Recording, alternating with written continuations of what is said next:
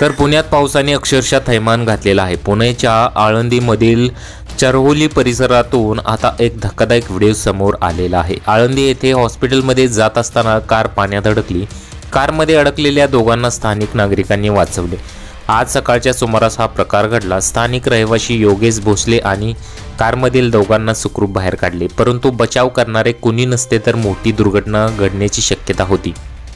पावसाळ्याच्या दिवसात नद्या नाल्यांना पूर येत असतो। अशा वेळी वाहन चालकाचं नको ते धाडस प्रवाशांच्या जीवावर बेतण्याची शक्यता असते।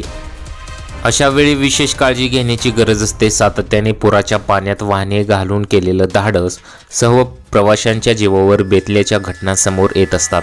त्यामुळे पुराच्या पाण्याचा अंदाजच घेऊन वाहने चालवावीत अशा सुद्धा कमेंट्स बऱ्याच लोकांनी केलेल्या आहेत। व्हिडिओमध्ये एक व्यक्ती बोलत आहे की काच खाली घे, पुढे खड्डा आहे, बाहेर ये, असं सुद्धा तो व्हिडिओमध्ये बोलताना दिसत आहे। सध्या या घटनेचा व्हिडिओ सोशल मीडियावरती व्हायरल होत आहे।